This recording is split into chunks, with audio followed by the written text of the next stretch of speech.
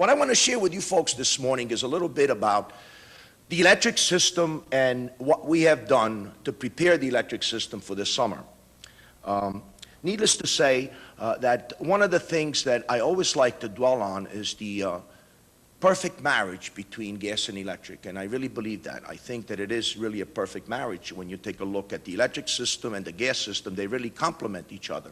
You know, and some of the similarities, and perhaps so that everybody gets on the same wavelength, you know, in the gas system we talk about pipes. On the electric system we talk about wires. In the gas system we talk about pressure. In the electric system, what do we talk about? Voltage. So I guess voltage and pressure are probably, you know, could be compared to each other, just like electricity or the current that flows through a wire could be compared to the gas that flows through a pipe. The first slide is just to give you an overview of what the electric system is about. We start on at a place called the generator, where we generate the electricity, and we step up the voltage, which we call transmission voltage. And what is the difference between transmission and distribution? Is it the size of the wires? What do you think? The voltage, right? It's really the voltage. The reason why we generated a voltage and we step it up to a very high voltage, if you will, is because we want to minimize the amount of losses, giving us the capability to ship the maximum amount of electricity.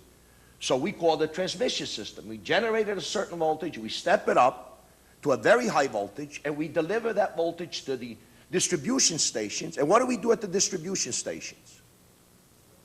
What do you think? We step it down, right? We step it down to what we call distribution voltages. Does anybody have any idea what level of distribution voltages we have? We really have about 3 different types of distribution voltages.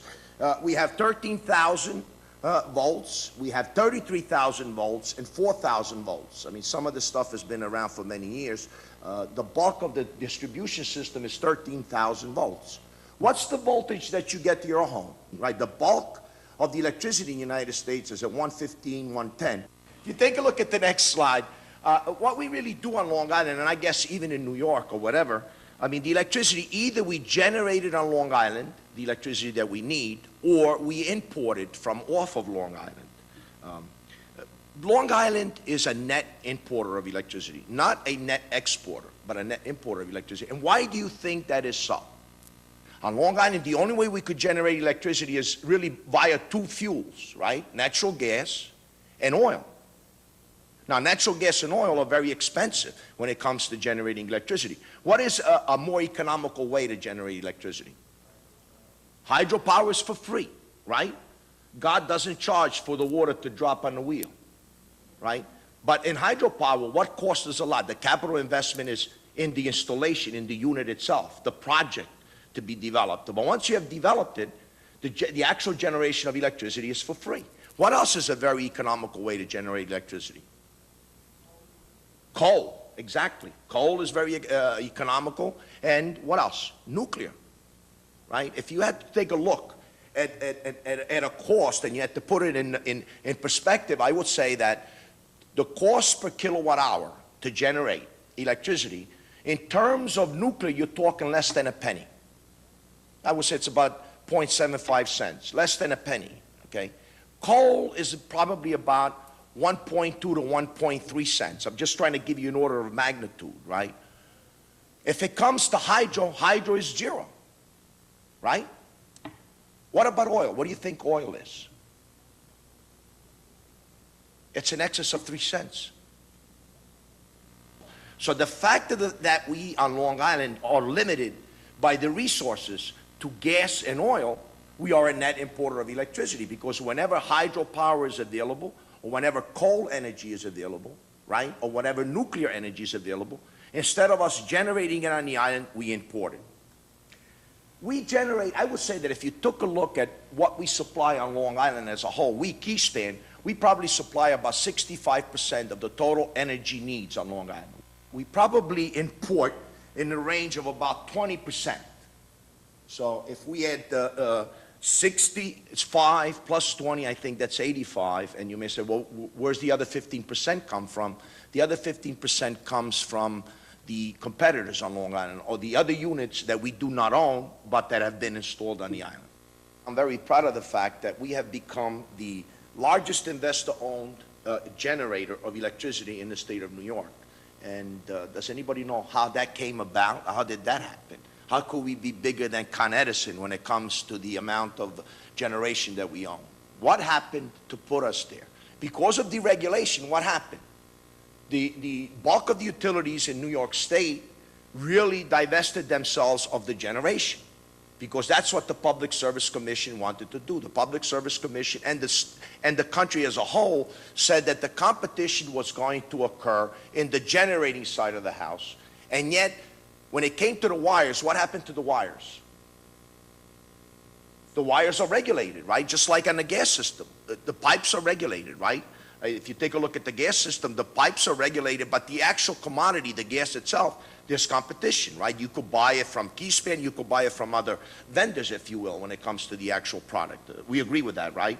On the electric side of the house, the wires are also regulated, but the generation itself is where the competition takes place. Now, of course, on Long Island, instead of divesting ourselves of the generation, what did we do? We divested ourselves of the wire. So that, you know, we own the generation on Long Island, and we do not own the wires. The wires are owned by LIPA, if you will, Long Island Power Authority. That's how we became the largest generator. We became the largest generator because we kept the generation. We did not divest ourselves of the generation. But before we go on, we're going to not play a little game. I want to ask a little question, because I keep talking about kilowatts, megawatts, and to be honest with you, I know that if you don't work with this stuff every day, the last time you saw a kilowatt or a megawatt was probably back in the high school days. You know, and you don't deal with it, so it gets a little bit perplexing as to what I'm talking about. So I want to put it in perspective what we're talking about. What is a kilowatt? Well, a kilowatt, if I had to define a kilowatt, I would say that it's 1,000 watts. Do we all know what a 100-watt bulb looks like? Right? We have seen a 100-watt bulb, right? How many 100-watt bulbs do we need to make a kilowatt? Very good. Right? So if you want to look at a kilowatt is equivalent to taking 10 100 light bulbs, 100 watts light bulbs. That's a kilowatt, getting 10 of them, right? If you take 10 light bulbs and each one is rated 100 watts and you keep them on for 1 hour, what do you have? Well, it's the product of the three things, right? It's 10 multiplied by 100 watts, right? Multiplied by 1 hour, you got 1 kilowatt hour. What do you think is the average load of a normal home? Normal home. The average load in a house is about 2.5 kilowatts. How many light bulbs is that? How many 100-watt bulbs is that? What do you think? In other words, if you take a look at an average home, the load that we plan for an average home is about 2.5 kilowatts, which is about 25 100-watt bulbs on at the same time. A megawatt, what's a megawatt? If we said 1 kilowatt takes 10 100-watt bulbs, how much is a megawatt? 10,000, right? So to give you an order of magnitude, when we talk about a megawatt, that's a humongous amount of electricity. A megawatt is 10,000 100-watt light bulbs. And how many houses is that? If we said that the load for each house is about 2.5 kilowatt, how many houses is that? 1 megawatt. If you take 400 homes, and each home is about 2.5 kilowatt load, that's a megawatt, just to give you an order of magnitude. So now we could appreciate more or less when we put up there how much we own in terms of generation. Right now we own about 6,360 megawatts of generation. So that's quite a bit of generation. Do you know what our goal is? Our unstated goal for this company? How much generation do we want to ultimately have? 10,000. The man is close to Bob Patel. Either that or he read the annual report. I think it was in the annual report also. Very nicely done. About 10,000, right? If you take a look out of the, how much is located at Ravenswood out of the 6360? What do you think? Is it half and half? I mean, we know that the 6360 is the amount of generation we have today. But we know that that's distributed between 2 points, right? Ravenswood and whatever we own on Long Island. What do you think is on Ravenswood out of that total amount? Beautiful. Right, it's about 2,200. 2,200 out of the 6360 is at Ravenswood. And is that capacity at Ravenswood, is that regulated or not regulated? Not regulated, right? Is it under a contract? No, it's not, right? We could have a bilateral contract. Some of it could be bilateral contract with Con Ed or with anybody who wants to buy. But the bulk of the Ravenswood generation is sold where? Sold into the market, right? At whatever price the market bears. What's the story with the generation on Long Island? Is it the same story or is it different? Different, right? What's the story on Long Island? LIPA owns the output of the units. We own the generators, but LIPA owns the output of the units. Let me ask you a question. Are we allowed to sell off of Long Island, even though LIPA owns the output of the units? What do you think? Whatever's not needed on Long Island, we could sell off of Long Island. Yes, with LIPA's concurrence. And what happens to the profits that we make on anything that we sell off of Long Island? Do we get a piece of the action, or does LIPA keep all of the profits? What do you think? Well, that's a good hope. We do. The sharing mechanism is that LIPA gets 2/3 of any profits that we get for sales off of Long Island. LIPA gets 2/3, we get 1/3 of it. So it's always good for our generators to be on, you know, whether we're selling to LIPA or whether we're selling off system. Well, now that we have had our little lesson in electricity, proceeding on, LIPA owns the T&D system, and we say we have an MSA contract with LIPA. And to be frank with you, a lot of people don't appreciate the fact that when we say we have an MSA contract, it's not just taking care of the wires or planning the wires or constructing the wires. It's a whole plethora of things that we do. It's as if though we own the system ourselves. You know, we go through a list, we do the planning, we do the construction, we operate the system, we take care of the storm restorations, and then we also have customer relations and billing. But one thing that we do have on the island, though, we do have a steady growth. It's an affluent society, we do have a growth. What do you think is contributing to this growth? What do you think, what drives the peak? Let me ask that question. I think we all agree that the peak load is driven by what? Air conditioning. And air conditioning is driven by what? Weather, right? So the peak load is really driven by weather. Not economics, weather, because what happens? When it gets hot, you're not going to sit there and think how much it's going to cost you to run the air conditioning. You're just going to turn it on to get yourself comfortable, correct? I mean, that's a given fact. But when it comes to the actual usage, what is causing the actual usage of electricity to increase on Long Island? The amount of usage per customer has increased. Believe it or not, if you take a look at 10 years ago to now, what do you think the increase, the average increase per customer, per ourselves, how much more electricity you use today than you used about 10 years ago? What do you think? Each household, what do you think? 100%. If it was 100%, I would have retired.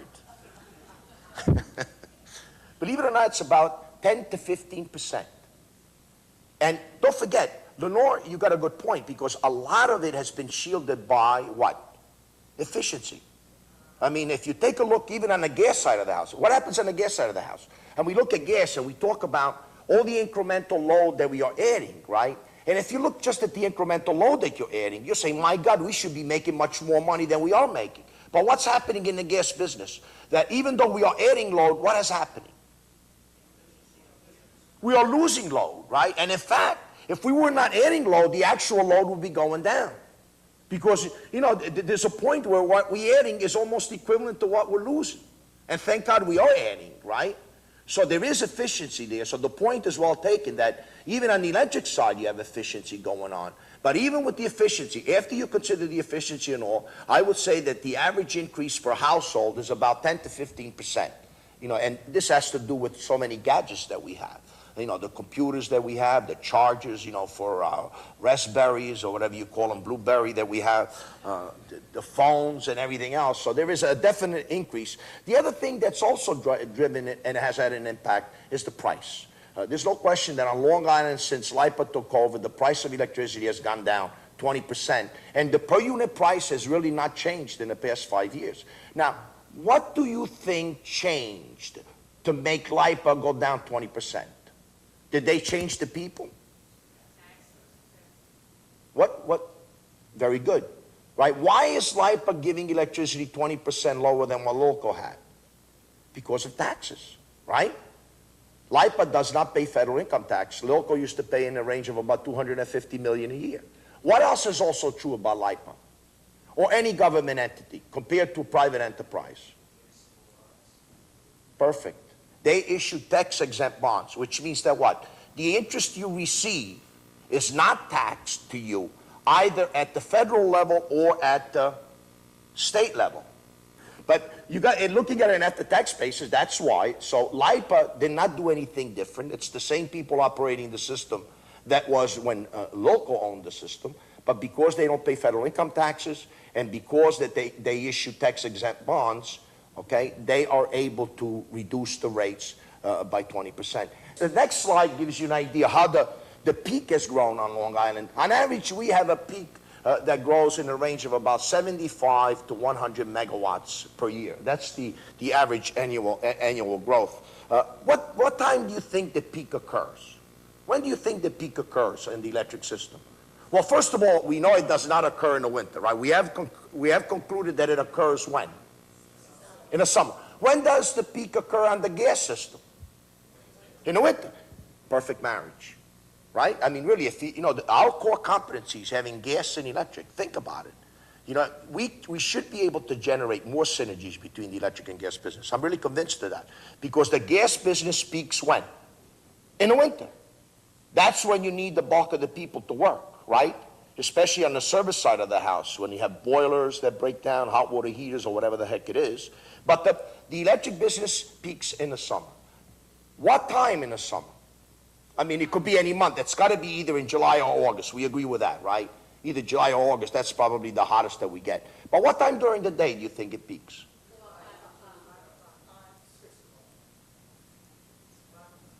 Somebody for 5:30? I mean, cut it in half?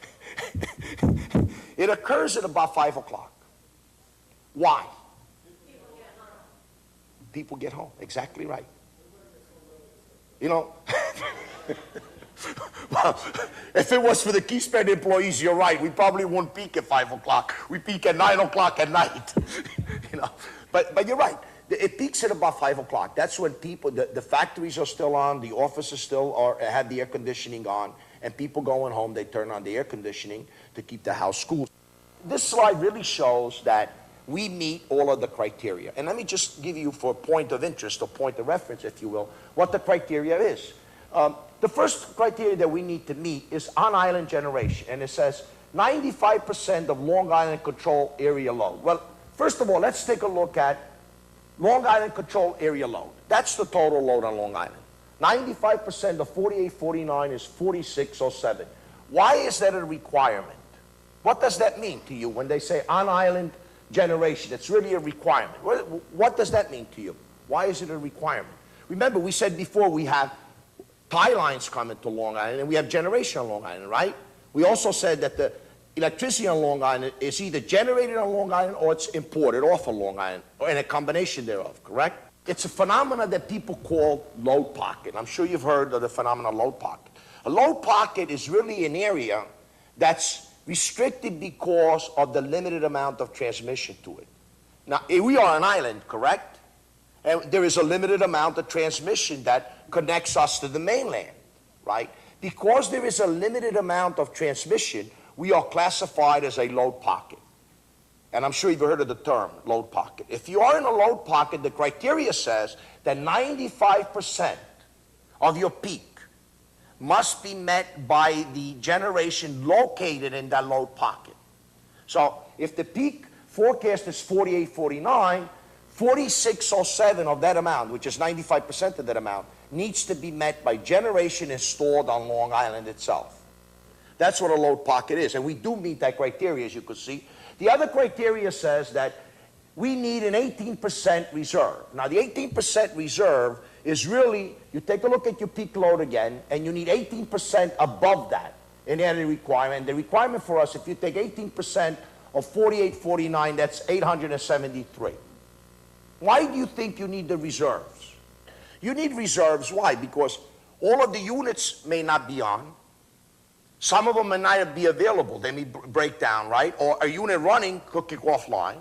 So in order to have reliability, we need 18% reserve. On the electric side, we use an average temperature of a 30-year period, which is about 92 degrees. So that's how we generate, the load forecast. On the electric side, same thing like on the gas side. Gas side, you have also a design day, right? Let me just say that we have plenty of power on Long Island. We could meet the load of 5314 if we get a very, very hot day like we had gotten before. In New York City, how much of the energy do we supply in New York City? How much? Close. About 25%. 25% of the load in New York City is supplied by us at Ravenswood. And New York City is also a load pocket, believe it or not. And the criteria for New York City is a little less stringent than for Long Island.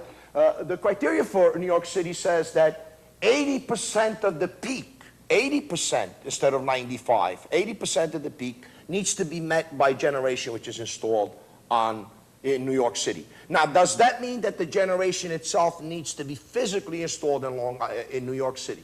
Do you think that that's what it means? What does it mean? It means that wherever the generator is located, you have leads coming from that generator that go directly into the city, and there's no taps off of those leads. So I could have a generator on Long Island. If it ties in directly into New York City without any tees off those wires, that's considered in-city generation. Are you with me? Just for a point of interest again. We are building a new unit, as you know, and the new unit will probably become operational by the end of this year. That's another 250 megawatts. So we are growing in the city, and I'm very happy to hear that. The next slide shows that, we obviously push load reduction. We have to take load reduction into consideration because the theory is that to build new generation will cost you more than to pay someone to conserve electricity. That's the theory behind it. The total program that we have on Long Island, when you add all that up, believe it or not, is about 400 megawatts. But do you think that on a given day when we ask for that load reduction, we get the whole amount? Okay, I would say we probably get a response of about 50%. That's probably what the response is, which means if we got the total program is worth about 400 megawatts, we could count on about 200 megawatts. And the other 100 will come when we make public appeals or when we call people that are in the program. To get ready for the summer, we have each unit, believe it or not, every 7 years we do a major overhaul on our units. Each unit we take it completely apart every 7 years for a complete overhaul. And we do that with all our major steam units. We do periodic overhauls every 2 or 3 years, but the schedule that we're on, believe it or not, is a 5-year schedule. So we got a 5-year running schedule for all the units when they're going to be maintained. So it's a very elaborate process to make sure that all the units are there when we need them during the summer, because obviously the only way we make money is by generating electricity. If the unit is not there, you're not going to make money. The next one is just to give you an idea what we have done on the transmission and distribution system. What's really interesting in here, I look at it and I say to myself, during the winter months, we have the wire there. Where do the wires get hit from the branches during the winter months? From the top, right? If there are branches on top of the wires, when they get heavy with snow or with ice, what happens to these branches? They come down, they break, and they hit the wires, and that's when we got problems. In the summer, believe it or not, it's a different story. What do you think happens in the summer? Are we concerned about the top branches or the bottom branches? Think about it. The bottom branches. You know what happens in the summer? When these wires get very hot and the temperature is very hot, what do they happen? They sag. Okay? They drop. Some of them actually hit the ground. There's no question about it. I mean, we had a situation where the wires actually hit the ground. They get so hot, and the temperature gets so hot, they hit the ground, they short out, if you will. But if there's a branch underneath, what happens? They hit the branches and they short out that way. So in the winter, we're worried about the branches on the top. In the summer, we're worried about the branches on the bottom. The other thing that we really get also in the summer months is these port-up transformers, and I'm sure you've seen them on top of the poles. And what do you think happens to those things? We call them cans. And not the can, we call those cans. You know, what do you think happens during the summer months? They get very hot. And the problem is if at night it doesn't cool down, that's what really hurts the electric system. If you get a very hot day and at night things cool down or the temperature goes down, let's say in the low 80s or high 70s, well, you're saved. Why? Because the equipment gets a chance to breathe or to cool down. But if you get a very hot day, right, and the wires run very hot because you got electricity continuously going through, and the night is hot also, what happens? The pressure builds up inside of these cans, and they fail. Like everybody else, we are concerned about, and we're always getting ready for storms. I mean, that's another thing. Besides the heat waves that we get storms. I mean, we all know that we're prone to hurricanes and things of that nature.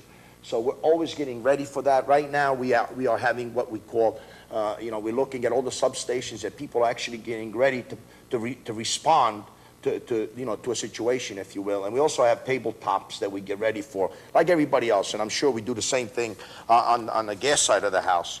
Do we have a challenge this summer? The answer is that we do have generation, but there's always a challenge. If everything is in order and everything works well, we don't have any major problems. But if things start breaking down or a unit breaks down and we never know what that could happen, it's like your car. You know, in general, a car is very reliable, right? You put the key in, you turn it, and in general it works. But it could be a day when you turn the key and nothing happens, you know? Same thing could happen to the system. So the bottom line to this thing is that we are pretty good for the summer. We're in good shape, provided everything is in order. And the most important slide is the last one. The last slide is really the most critical to me. You know, running an electric system or running a gas system is not just about the equipment, and I think everybody in this room knows that. I mean, you could have brand new machines, you could have brand new wires, you could have brand new gas mains, whatever you may have. It's really the people, and folks, that's what it's all about. I think that when it's all said and done, I'm a strong believer that what really makes us very reliable, both in the electric and gas system, is our folks, our people. And I mean that sincerely. I think that that's true about the gas system. It's true about the electric system. I think that we have a very, very devoted group of folks that, you know, leave everything at home. When there's an emergency or they're needed, we're there. And I think that's true of all of us. And I'm very proud to be a member of that team. So I want to leave with the understanding that what makes Keyspan Keyspan and what makes us reliable the way we are is really the people like you, people that work out in the field. And having said that, I thank you all.